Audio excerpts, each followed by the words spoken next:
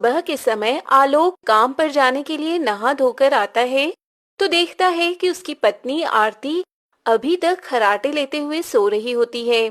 तभी वो उसे जगाते हुए कहता है। आरती, आरती, अरे भाग्यवान, मुझे काम पर जाने के लिए देरी हो रही है। अब उठ भी जाओ। देर तुम्हें हो रही है तो मैं जल्दी उठकर क्या करूंगी। सोने दो मुझे। क्या करूंगी मतलब? अरे नाश्ता तो तैयार कर दो मेरे लिए। मैं क्या भूखा पेट घर से जाऊंगा? अरे एक दिन नाश्ता नहीं करेंगे तो कमजोर नहीं पड़ जाएंगे आप। हे भगवान, कितना आलस भरा पड़ा है इस औरत में। उठकर एक काम करने को राजी नहीं है। ऐसी आलसी पत्नी आपने मेरी किस्मत में क्यों लिख दी?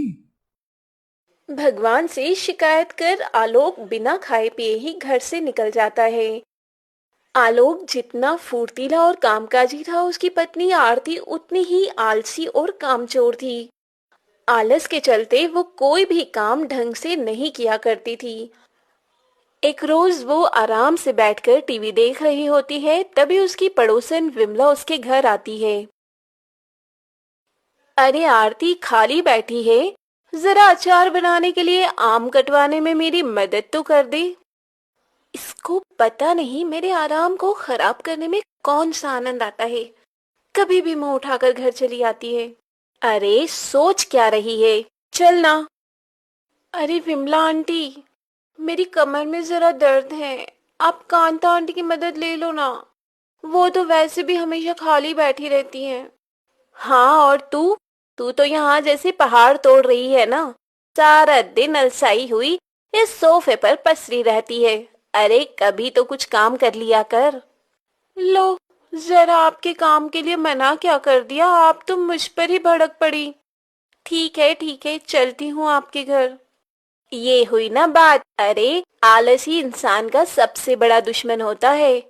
ठीक है, भाषण बाद में देना, अभी चलो। आरती ना चाहते हुए भी विमला के घर अचार के लिए आम कटवाने के लिए चली तो जाती है, लेकिन काम करने से ज्यादा वो खाने लगती है। ये देखकर विमला उसे घूरने लगती है।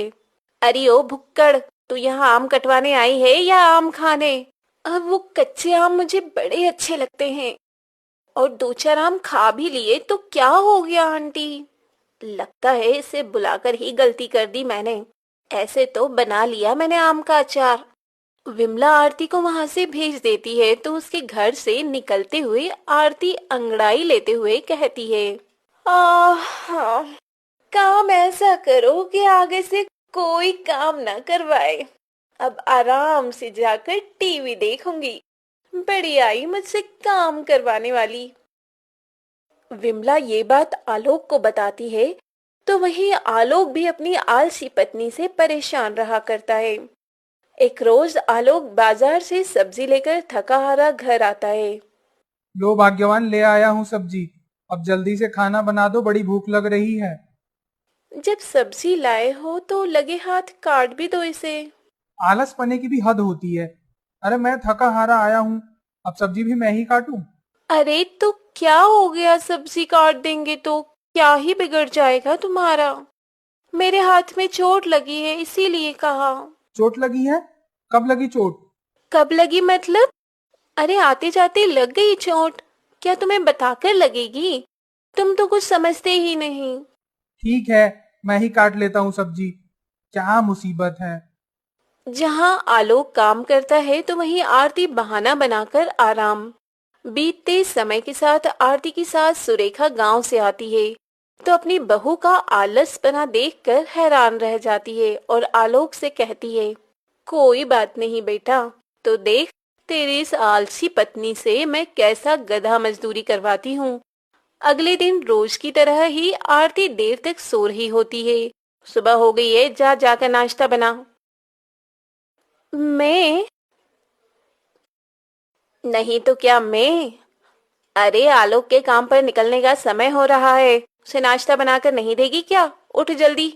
हाँ हाँ जाती हूँ। आरती रसोई में जाती है और जैसे तैसे नाश्ता बनाती है, जिसके बाद पूरे दिन सुरेखा उससे कोई न कोई काम करवाती ही रहती है। पोछा लगाते हुए आरती थक कर बैठ जाती है।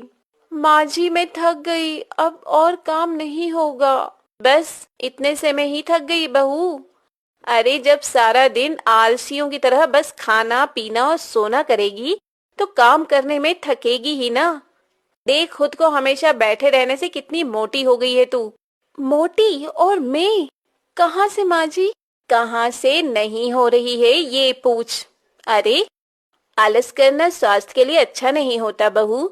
अरे काम करने से शरीर में फुर्ती बनी रहती है और फुर्तीली रहेगी ना तो इतनी जल्दी नहीं थकेगी। सुरेखा की ये सारी बातें आरती के दिमाग में घूमती रहती है, इसलिए वो अब घर के कामों में खुद को व्यस्त करने की कोशिश करती है। ये देखकर अब आलोक को कोई भी दिक्कत नहीं रहती।